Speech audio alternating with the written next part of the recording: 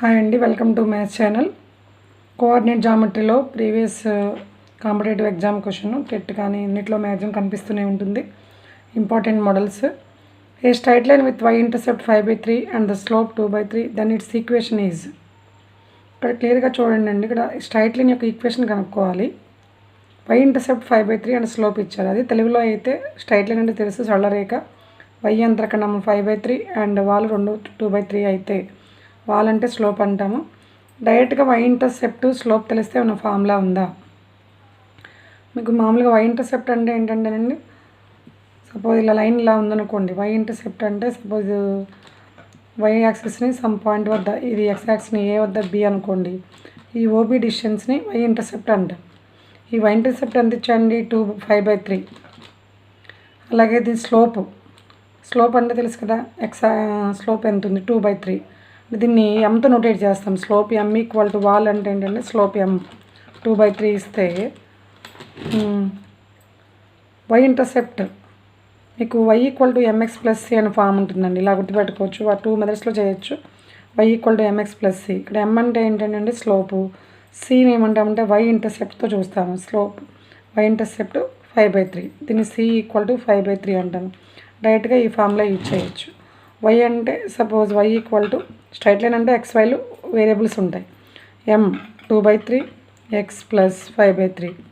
దీన్ని సింప్లిఫై చేయడం అండి. y equal to LCM 3 2x plus 5 3y equal to 2x plus 5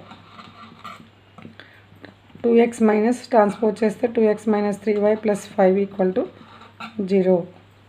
ఇది general straight line form. ax plus by plus c equal to 0 ఇలా మార్చాలి. మెయిన్గా slope intercept form అంటే y equal to mx plus c గుర్తుపెట్టుకోవాలండి. ఒకవేళ ఇదే question ఇంకా వేరే మోడల్లో ఏమైనా చేయొచ్చా అంటే, ఇక్కడ y ఇంటర్సెప్ట్ ఇస్తే ఇక్కడ మీనింగ్ ఏంటంటే అండి, ఇక్కడ y యాక్సిస్ మీద పాయింట్ ఇచ్చినట్టే. అంటే y యాక్సిస్ మీద ఈ లైన్ మనకు కావాల్సిన లైన్ ఉంది చూసారా, ఈ లైన్ L అనేది ఇక్కడ ఇంటర్సెక్ట్ చేస్తుందంటే 0,5/3 అంట. y ఇంటర్సెప్ట్ ఇస్తే 0,5/3, x ఇంటర్సెప్ట్ ఇస్తే x,0 అంటాం, లేదా a,0 x,0 అంటాం. 0,b ఆర్ 0,5/3 అంటే ఒక పాయింట్ ఇచ్చేసి స్లోప్ ఇచ్చినట్టు అనమాట అండి. ఇప్పుడు స్లోప్ పాయింట్ ఫామ్ యూజ్ చేసుకోవచ్చు. ఇది గుర్తుపెట్టుకోండి. దీన్ని స్లోప్ ఇంటర్సెప్ట్ ఫామ్ లేదా వాలు అంతరఖండ రూపం అంటాం. వాల్ ఇచ్చేసి y అంతరఖండం ఇస్తే ఈ ఫామ్లో యూజ్ చేసుకోవాలి. ఓకేనండి. ఈ మోడల్లో ఏ క్వశ్చన్ వచ్చినా ఇలా చేయొచ్చు. ఒకవేళ వాల్ ఇస్తే ఏం చెప్పాను, వాల్ అంటే 2/3 m equal to 2/3. So point line మీద పాయింట్ అనుకోండి. సపోజ్ 0,5/3 p అనుకున్నా, b అనుకున్నా, 0,5/3. ఇప్పుడు స్లోప్ తెలిసి పాయింట్ తెలిస్తే ఏంటంటే y minus y1 equal to m into x minus x1. వాల్ బిందు రూపం అంటాము, స్లోప్ పాయింట్ ఫామ్ అంటాం. ఇది ఈక్వేషన్ కనుక్కోవడానికి మనకి సొల్యూషన్ ఆన్సర్ అనమాట, ఫార్ములా.